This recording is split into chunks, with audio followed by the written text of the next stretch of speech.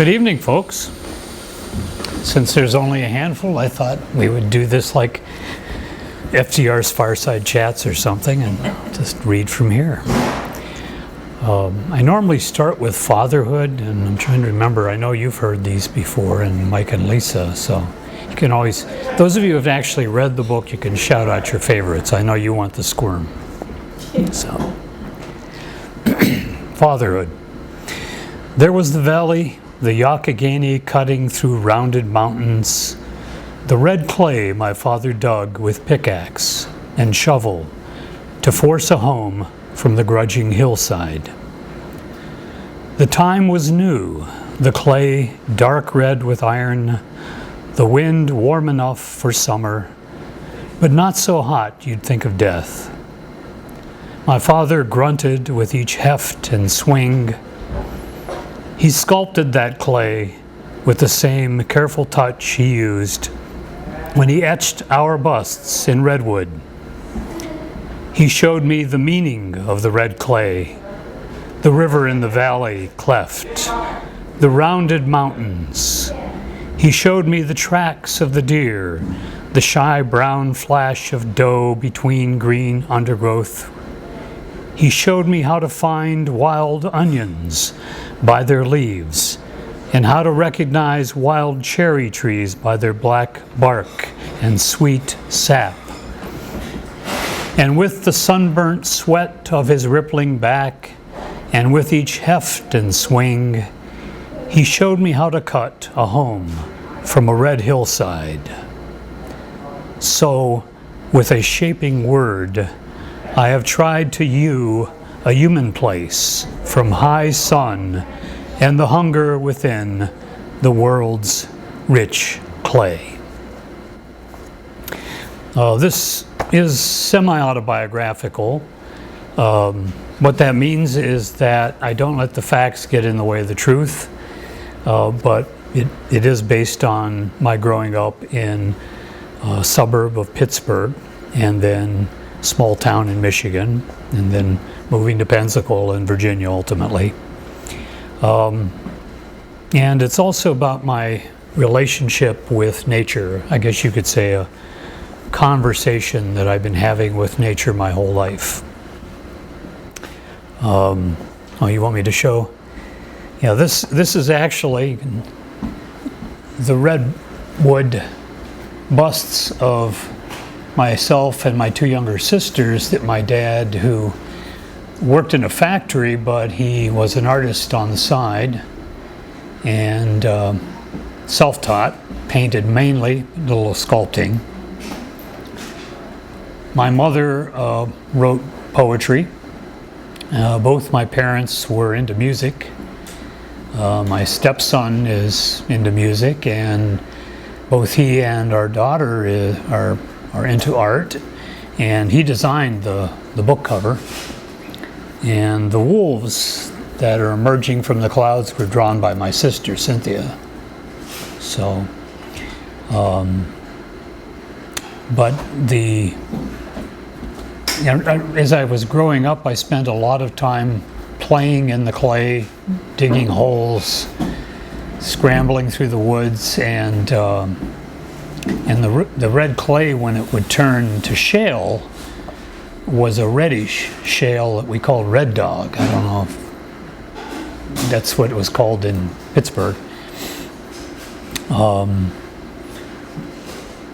But I do remember one of my earliest memories of my dad taking me into the woods behind our house. So we were in a city, but the city ended in our property, so we had city life and country life all together, and he was showing me these things in the woods, and that's one of the very first memories I have. I don't know how old I was, maybe 6, 7 years old or something like that. He literally dug into the red clay with a pickaxe in order to build onto the house, because it was a small shotgun house, and he added extra rooms. An upstairs bathroom instead of a toilet just open in the basement, and that's what I remembered. And this was a poem that got published by the Wayne Review, and I gave him a copy of it, and it was a favorite of his, but he liked to joke that he was too skinny at that age for his muscles to actually ripple. And I said, well, Dad, that's what I remembered. So, you know, Mike, you liked Momentum, didn't you? Yeah. The rock flew from his hand as if it willed flight out of its own silent matter. The rock flew. That was the rock. The rock flew as if envious of the robin sailing sky into the just blossomed locust. The rock flew effortlessly, impelled by something in the boy that sought the bird's flight, and, not being able to have it, sought to negate the pulse of life in the bird's wings. The rock flew with a dark grace, its arc mimicking the bird's. The boy's arm was insincere and had never thrown a ball straight into an open mitt or past a waiting batter, had never found the mark when they gathered together to smash brown bottles floating in the creek. But this time, impelled by a fear or an envy or an understanding of the bird's flight into the branch which still vibrated its coin-sized leaves, from the inertia of the flight transferred from the sky to silent tree, this time the rock flew certain, the arm was true, the motion perfect. There was a thuck, as if the rock had struck the branch alone. The robin stumbled from the tree, dropping feathers, losing its flight, abandoning its grace, its pulse of life. The robin bounced 3 inches from the red clay, bared by a shovel beneath the silent locust tree. The bird lay still. The tree no longer moved. The boy stood, stunned by the anger of his unthought aim, by the power of his arm to negate the flight, the pulse of bird. There was no blood. The robin's eyes were beady but clear. The boy backed away from the black feathers. The rock had disappeared, transferring its stillness, its inertia of silence and negation, to deny the pulse, the life of bird. The bird lay still, its eyes useless, its wings folded against its breast, having spent its motion to the stone. The rock flew on with the bird's momentum, forever in the boy's mind, negating the wind, the sky, the just past spring. I was talking to Linda about this earlier. I don't remember for sure if I actually threw the rock or if a friend of mine threw the rock. It really doesn't matter. Boys have this impulse to blow things up and break things and kill things. And now they do it with video games, I guess. But I do remember something like this happening and the regret that I felt and the shame. But I thought it was good to write it as a way of showing the schooling of a boy in truth and consequences and in how fragile life is. The squirm. In Michigan aloneness, isolated from his childhood in Pennsylvania, and from what he would grow to be, he began the war against the ants. Using the claw hammer to kill singly or to rake open nests, he soon had a teeming squirm which made him furious and quiet. In the garage, he found a can of ether his father used to start the old Ford on winter mornings. He sprayed the ants, then lit them in blue fire. Black ants boiled and curled up, crisp, full of the darkness of dangerous dreams. He felt a madness of anger against the blind orderliness of the anthill. He felt the squirm that lives inside his flesh and skull. He picked at it, trying to crush the blackness, burn it clear, crush out its green juices. But when he closed his eyes that night, the teeming squirm invaded, driving him over the edge of the dark bed into the black fungus of his brain. I don't know why you like that one, Alice. I just picture those ants. Yeah. And I do remember doing this, I'm ashamed to say. That was pretty stark and spare. Yeah. I don't have any idea why I did that. This was trying to understand that impulse.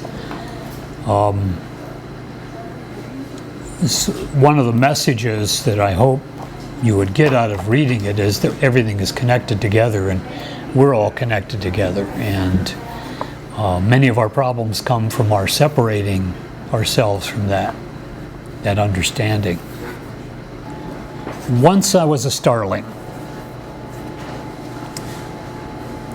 Once I was a starling, hungry, hopping the dry grass, full of conversation and darkness on the hard morning after.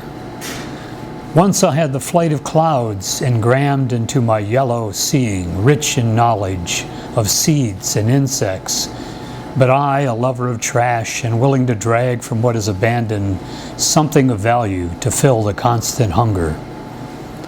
Once I was able to flock and roll as one with hidden insight into the right time to turn or swirl or land in tree or come to a drop in lawns or cornfields, one with all who communed in sky. Once I knew when to lift myself into flight along with hundreds of others, leaving only an occasional feather as signature for this art. Once I was a starling, and then the time came to leave that wisdom behind, becoming forgetful and human again. I think that gets at what I was just talking about.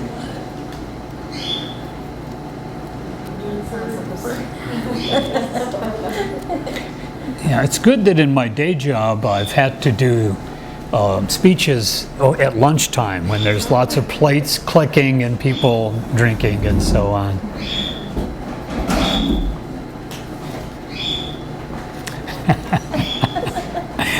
You heard the starling, I guess. He's jealous. Somebody liked rooftop rafting. I like that. Is that what it's, yeah. Yeah, where you find a piece of metal and... It's kind of long, but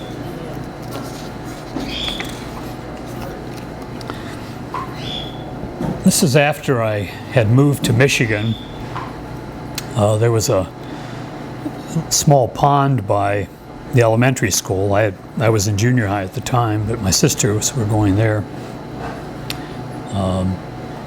And a friend of mine and I visited the pond and saw tadpoles turning into frogs and so on. And we found the top of a car there that had been sawed off, some 50s era car. And we pushed it into the water and used it as kind of an impromptu canoe. And so the boy discovered the car rooftop lying along the freshly oiled dirt road at the bend near the elementary school. It was red, cut cleanly above where the windows would have been. It was perfect for sailing, and so he shoved it into the pond nearby. With a crooked branch fallen from an elm behind the farmer's field, he pulled himself back and forth across the 20 feet of shallow pond. As he sailed the metal raft in quiet to the center of the pond and drifted to the almost no wind, the boy bent over the edge of the car top and noticed black squiggles in the muddy green water. 1,000 tadpoles struggling for life. He caught them in his hands and held their black wriggling, then released them back into the muddy swirls of water. Each day after school, for a summer, he'd sail the metal rooftop on the pond. When he arrived each day, the metal raft was moved from where he'd beached it on the night before. But he needed to believe that this was his to sail alone, his voyage alone. His knowledge of the arcane wisdom of pond navigating, his knowing of the black wriggling life there alone.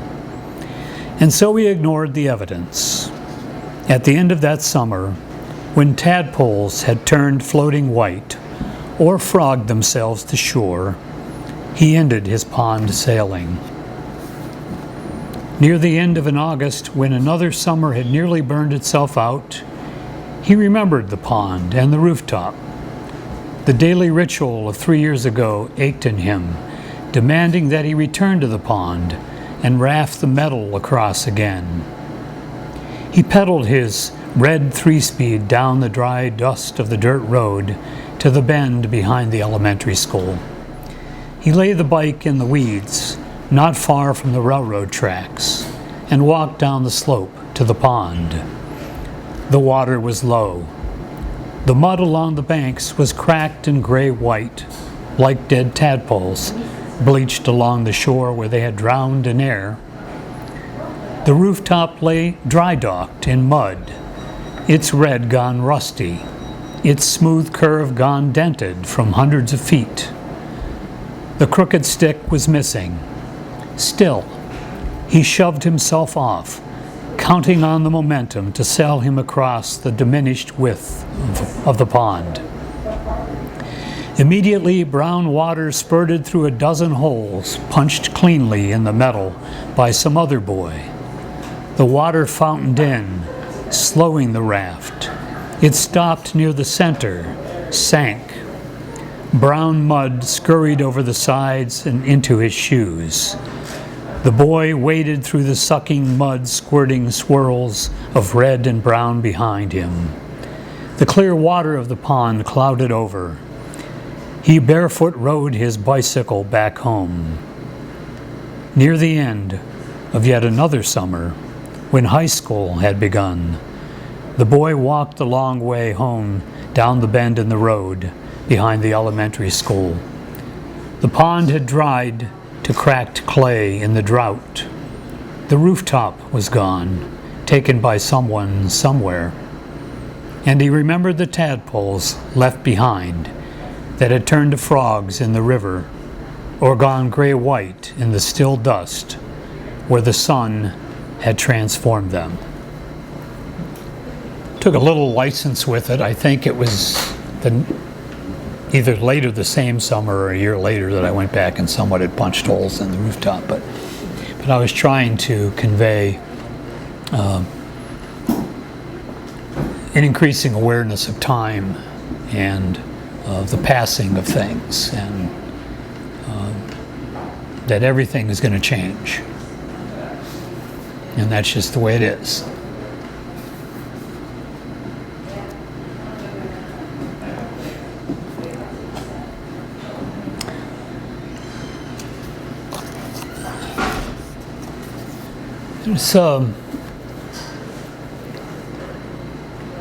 Was reading an article about how children are raised now. In fact, I got into a lively discussion with Pam Duff, my executive assistant, who is, I guess, could be my daughter in age. And, you know, when we, either in Michigan or Pennsylvania, we would just go out in the summertime when there was no school after our chores, and might come home for lunch, might wait for David, Eddie, Lars, all the voices in the neighborhood to call everybody to dinner. And then we go out again, and we could play until sunset, or get permission. We could stay after sunset to play hide and seek. And now we're worried about mass murderers and child theft and car accidents and everything. And we don't let kids discover enough danger, enough independence anymore. Admittedly, there are risks, but one of the things that a friend of mine and I like to do in Michigan, we would go out of town to the railroad tracks, about a mile, maybe not even half a mile from our house, and we would get the big stone that they put on the railroad bed, and we would lay it on the tracks at night and wait for the train to come.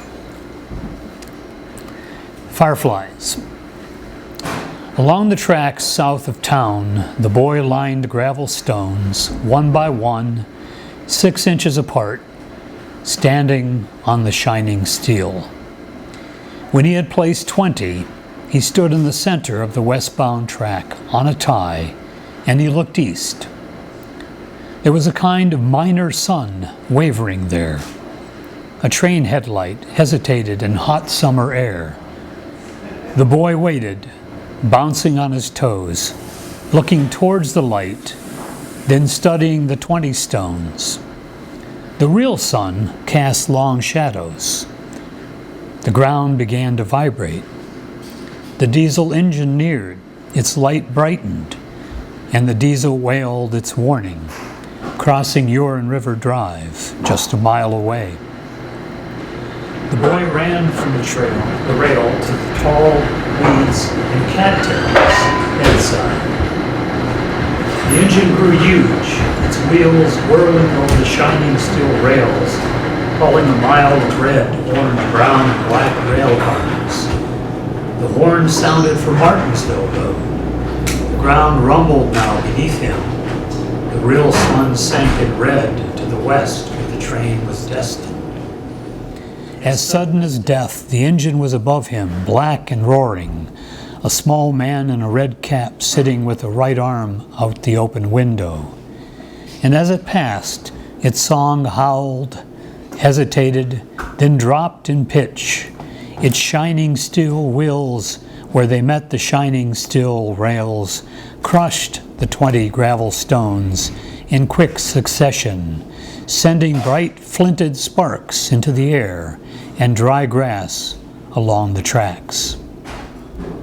The sparks did not catch, the train did not derail, but clicked on as each wheel of boxcar, car carrier, reefer met the joint in steel. He had wanted to see the power of the sun in those steel wheels, meeting the 20 stones across the steel track rails. He had wanted to make the sun spark like fireflies in the night, and he had waited to see if the power would overturn the black pounding diesel. After the train had passed, and its rumble diminished to distant humming in the rails and ties, the boy stepped from the tall grass. He stood again on the shining rail, not even dust where the stones had been. The train had become one wavering red spot. In the ground around him, fireflies sparked. Of course, the red spot isn't there anymore. There are no cabooses anymore. So, showing my age. Jump ahead a little bit. This would have been probably when I was about 20, my last year of college. Draft number 126, I think. Something like that. Guaranteed to do grad work at the University of Saigon, as we used to say, at the beginning of my senior year. until Richard Nixon in early '71 decided to wind the war down in order to begin his campaign for re-election, and dropped the draft number down to around 115.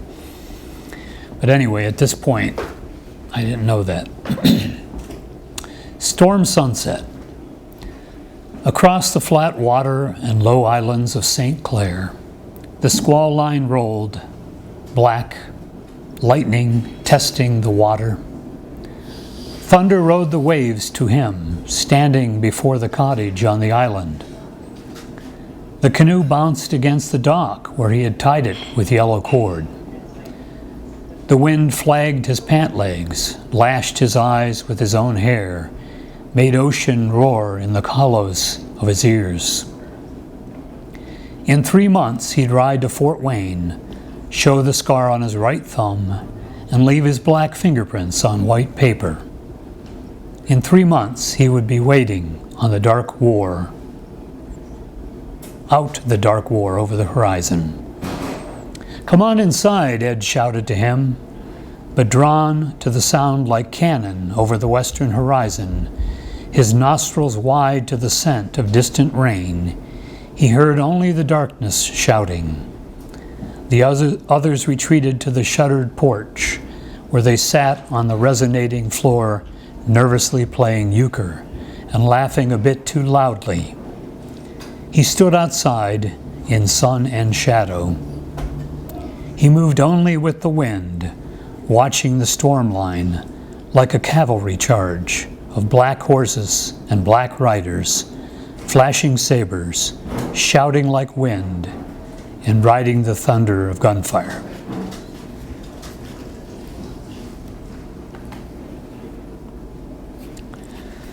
So I didn't get drafted.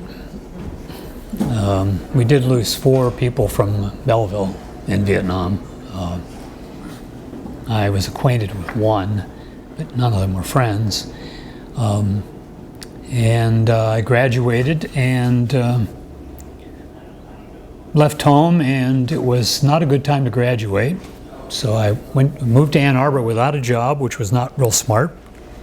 But I did manage to get a minimum wage job at Grinnell Brothers music store, because my parents had owned a music store and I'd worked there in the years I was in college. So it was the only experience I had, and I had a bachelor's in literature.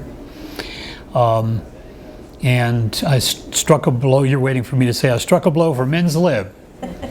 As the poem implied, I had long hair then, but that did not qualify me for being the first male record and sheet music girl.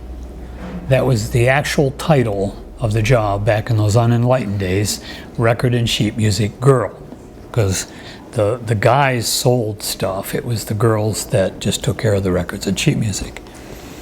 I worked there for not quite a year, and 5 of us who had graduated from Eastern Michigan University together and were still in the area were going to take a trip to Oregon. One had a van, some kind of hippie van, and none of us had been to Oregon. I think it'd be, the Oregon Trail, kind of romantic. Let's go to Oregon the summer of 1972. And this person got married, and this person left the state for a job, and pretty soon there was nobody going. And I was the only one left around. And totally out of character, I decided to go on my own.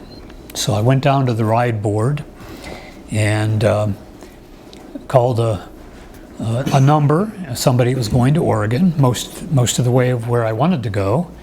And I took a ride in a Rambler station wagon driven by a young woman whose nickname was, this is very 60s, Hobbit.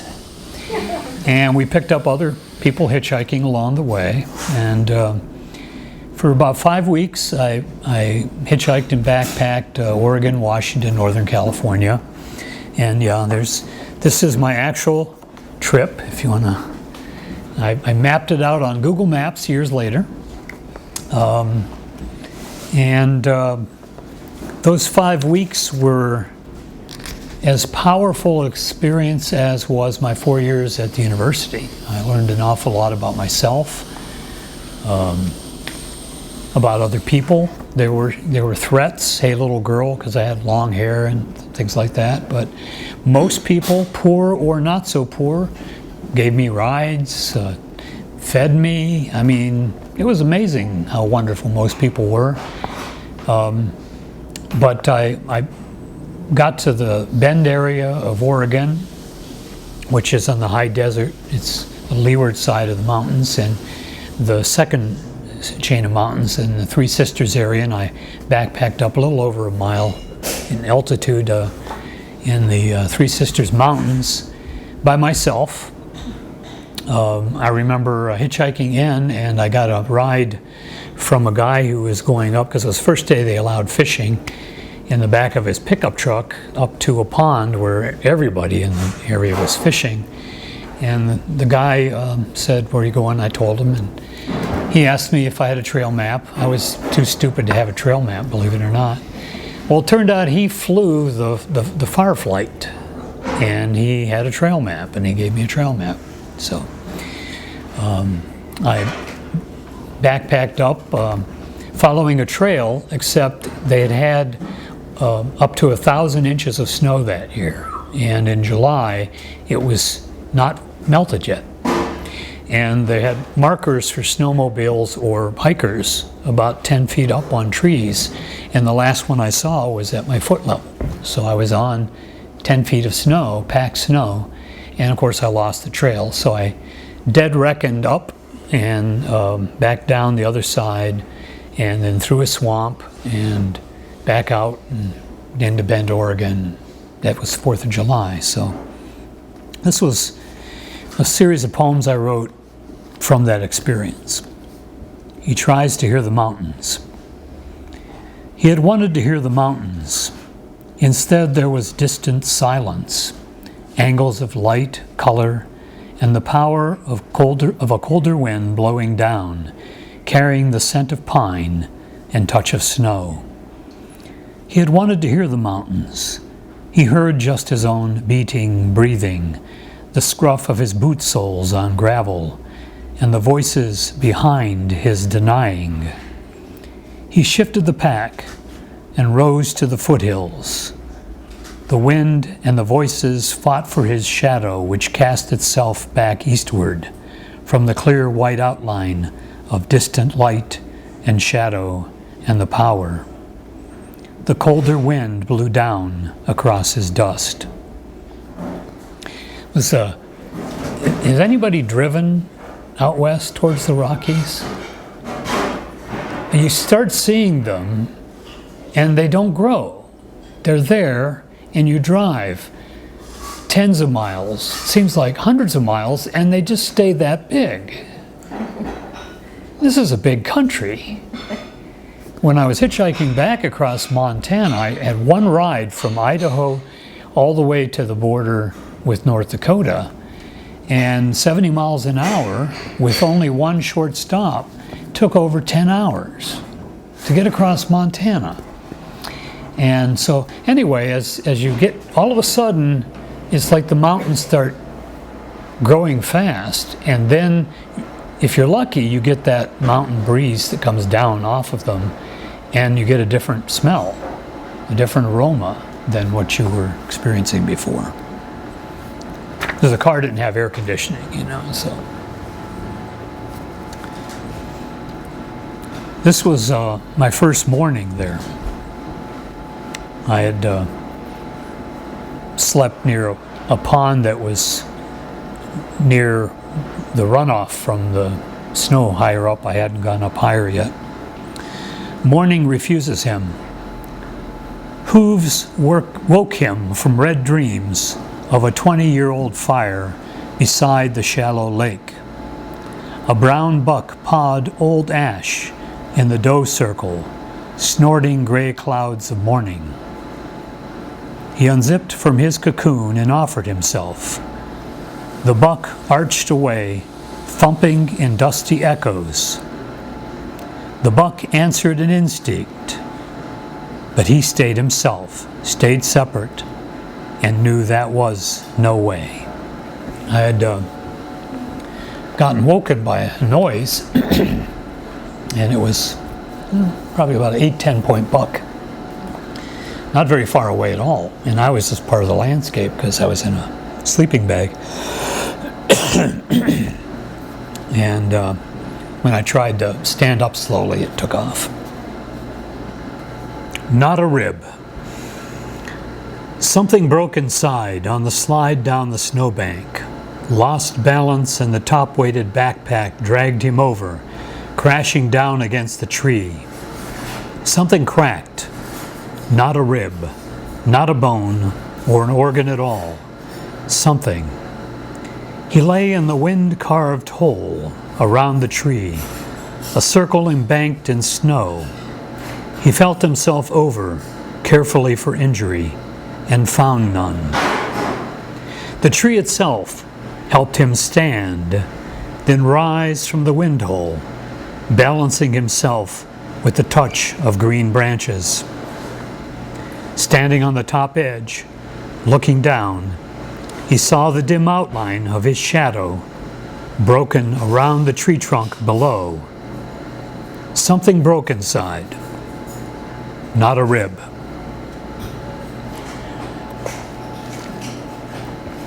Probably one of the most dangerous parts of the trip. Anybody backpacked? You pack top heavy, right? You put the lighter things on the bottom of your pack and try to. And the backpack tends to be top heavy because of that. And so it was I avoided the Army, so what did I do? I went out hiking as much as 20 miles a day with a 50-pound pack. And I dipped to get under a branch. This is when I was dead reckoning. And the pack started pulling me. And you get high winds, it'll sculpt the snow around trees. And it had dug a pit that was, when I stood up, I could just barely see over. So probably about 5 feet deep or so. Maybe deeper, I can't really remember for sure. But once I started, the pack went and I couldn't straighten up, and I went down into the hole and bounced off the tree. So, unhappily I died, so that's a different story.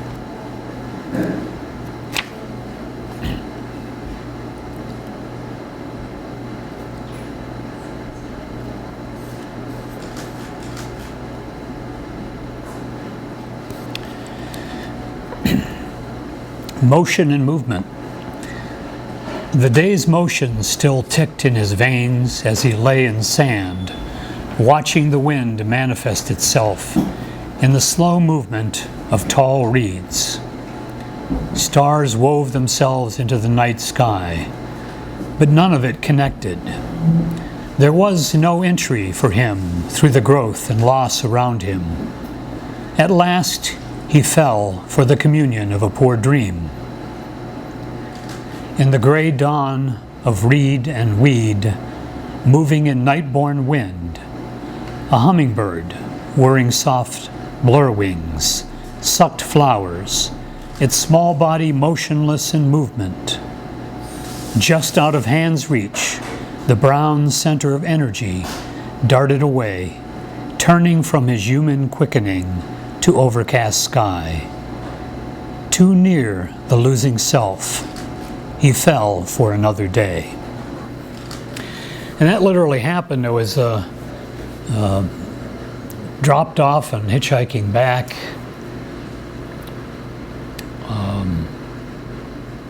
Probably Oregon, I believe. And it was a riverbed. And the river was kind of weak at that point. There wasn't a lot of water. And I found a soft spot down from the highway to pitch camp for the night. And when I woke in the morning, there was a hummingbird right here, which was pretty cool. Alien shape. Within the pile of sea-piled drift trees, in the kingdom of sand fleas and driftwood termites, He lay as stranger, flowing inward with the rush and lapse of ocean waves pilfering the sand shore. Fog clouded the issuing, then swirled inland, deeper, containing the world in a sea circle, paled by moonsight. There as the sand molded itself in the human shape of the sleeper, as the coals of the suppered fire heated the sand beneath his body, the stranger died, flowing inward.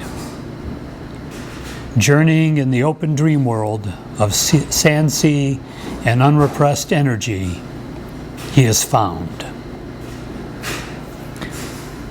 I actually wasn't alone here. I met a guy who just got out of the Navy, Jim, I can't remember his last name, and we hitchhiked up Highway US 1 and north of San Francisco, somewhere near Mendocino. We got dropped off at the end of the day, and people wouldn't pick you up at night, so we went down to the Pacific Ocean shore, and there were these driftwood trunks that formed almost like a box, a three-sided box. And we made a fire, and it was getting kind of chilly, so when we put the fire out, we put the sand over top and then put our sleeping bags on top. And I woke up at one point, the fog had rolled in and was over us, and then I went back to sleep. I woke up again, and the moon was out and the fog had moved inland. But I'm also trying to capture the trip as my spiritual journey, you might say, of being disconnected from myself, disconnected from nature, disconnected from being. And this is kind of a climax when I'm at least tentatively, temporarily being reconnected. So from the last section, which is since the trip, just a few selected poems. This one was written about now being no longer on that 5-week trip. Tenses. He sailed an ocean, not a map, an ocean of grass and grain and concrete trails through it all, an ocean of fir needles and loam, an ocean of ferns and fog drippings. 4 year days all turning sped in a grave course of gray clouds, and now there were motions of gold. Open lands, open furrows, lips up for the wind, between the hills and arteries of rivers. One night in downtown Linen, one night in the arms of driftwood tree trunks. Then the past comes heaving back in unwanted names and circumstances that clear-cut his senses, and the words turn to spittle in the cracked, dry corners of his mouth. He sailed is past tense. Kensington Lake Walk. One bedraggled red-tailed hawk, stark and bare-branched oak against straight January. 3 woodpeckers, one downy, one red-headed, one hairy. 2 tufted titmice. 6 or so white-breasted nuthatches walking heads downwards along the beech and aspen, pecking the cold bark for food. 3 gray squirrels and 2 fox squirrels. 2 yearlings in a doe, pawing the ground, gnawing tree bark. Dozens of black-capped chickadees, gregarious little preachers in the branches overhead, all chattering, scolding, lecturing. Except the one that braves the palm of my hand to take black sunflower seeds into a tree, clutching each between talons, breaking open with chopping motions of his head, billing out the soft kernels within, confident that neither this winter nor my hand will close about him. That's a a different poem from the kid that was smashing ants. And we did that, didn't we? We took on that one trip where the chickadees would literally land in your hand and take the sunflowers out of your hand. And their beaks were not made for cracking it open, but they had taught themselves that if they held it on edge and they pecked at it, it would split open and then they could eat the meal inside.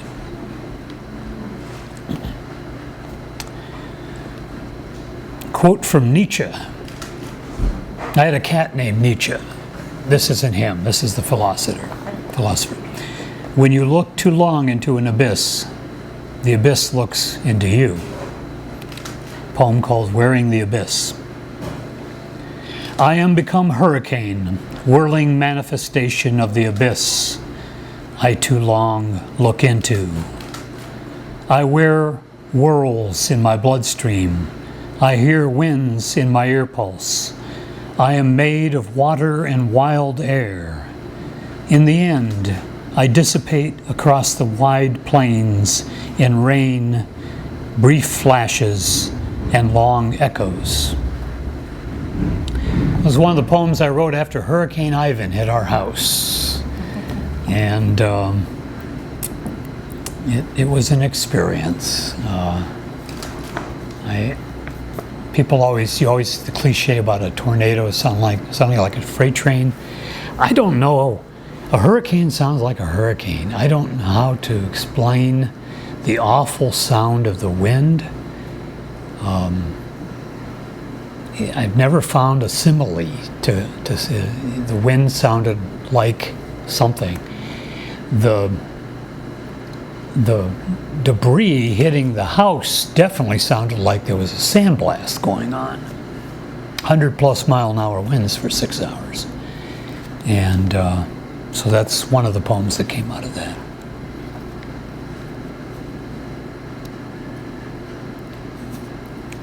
Facing Olympus was the one you wanted me to read?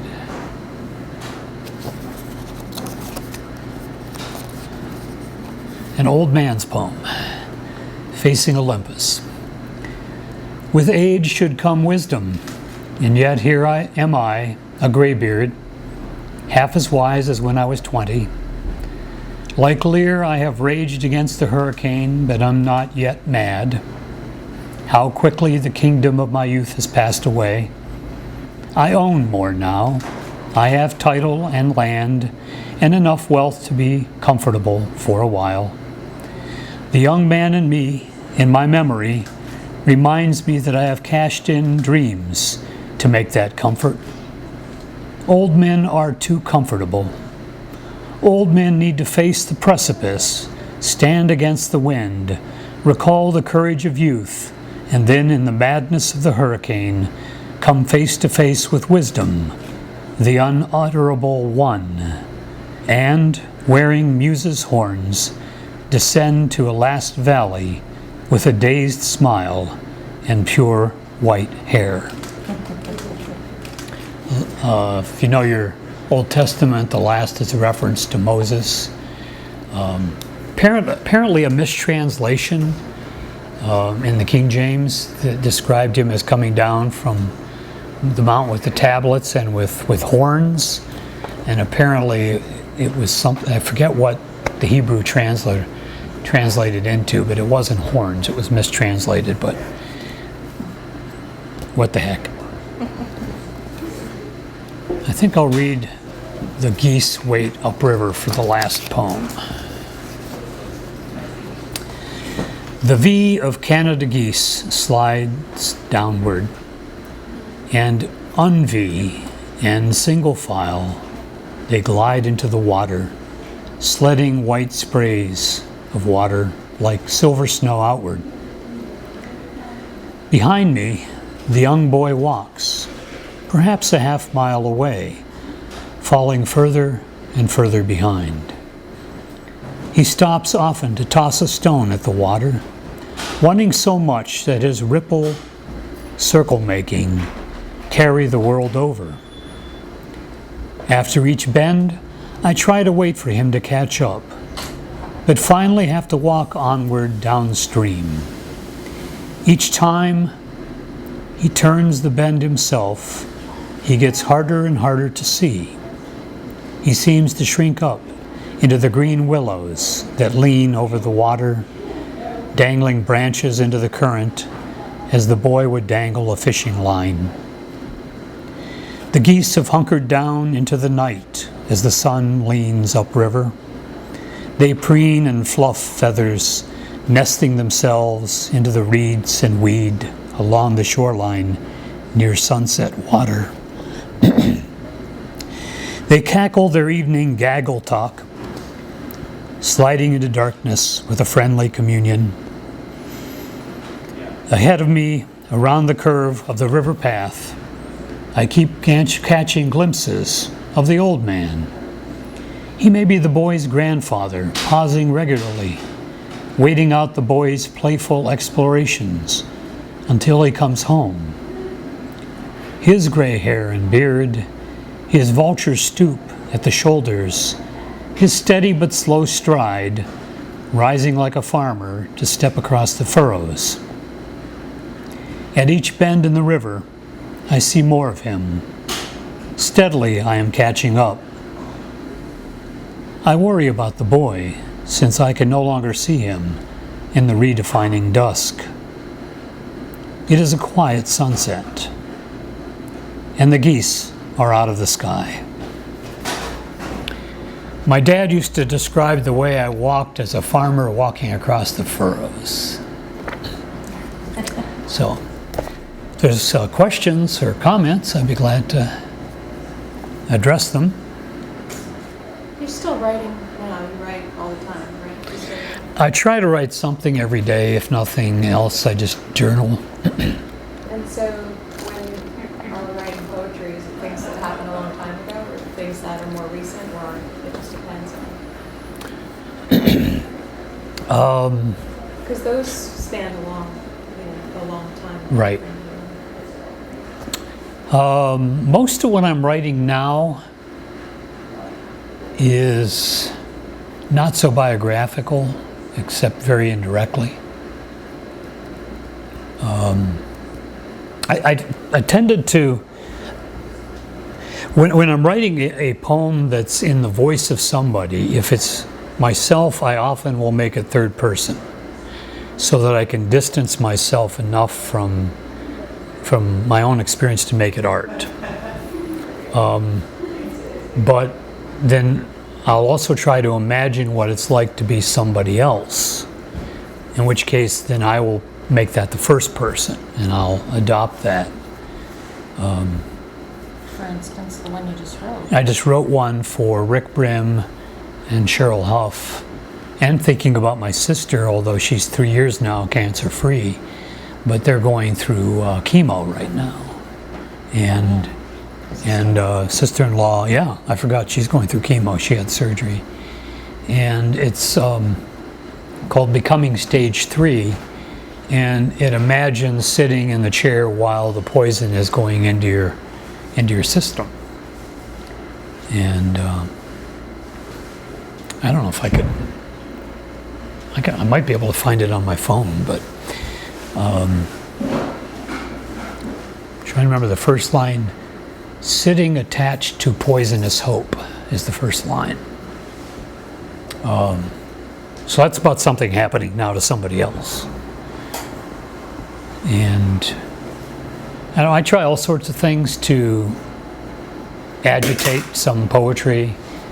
I wrote a poem called Moo, M-U, in which I looked at all the dictionary definitions of moo and turned it into a poem. I don't know if it's any good, but a friend of mine, Alan Peterson, the poet, sent me a photo of a bighorn sheep. It wasn't a bighorn. Some kind of a big sheep whose horns curled around. It's called the Spiral of Archimedes. There's a mathematical formula you can plot that out. And seashells, spiral galaxies, microscopic life up to galaxies take this shape. And so I went and I Googled images for Archimedes' spiral, and I wrote a poem called "To Spiral as Archimedes," or of Archimedes, I forget. And it just took off from every one of these images. But some of the things just pop out of apparently nowhere, but when you live it enough, it's like always back here somewhere. It's like you're cooking a big meal, and your day job is the front burner, the night job, that's separate.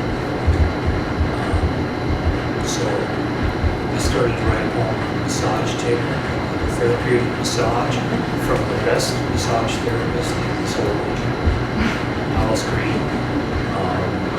Recommend her, not just because she's sitting there. We were going to Michigan, and I had read a book about the fact that light pollution there's no dark energy, there's no light anywhere. And this guy goes around the world trying to find light, true night, true darkness. When we were kids, you could see the Milky Way. Nobody sees the Milky Way. We saw the Milky Way when the hurricane blew out all the power for the whole section of the States, and you can see the Milky Way. People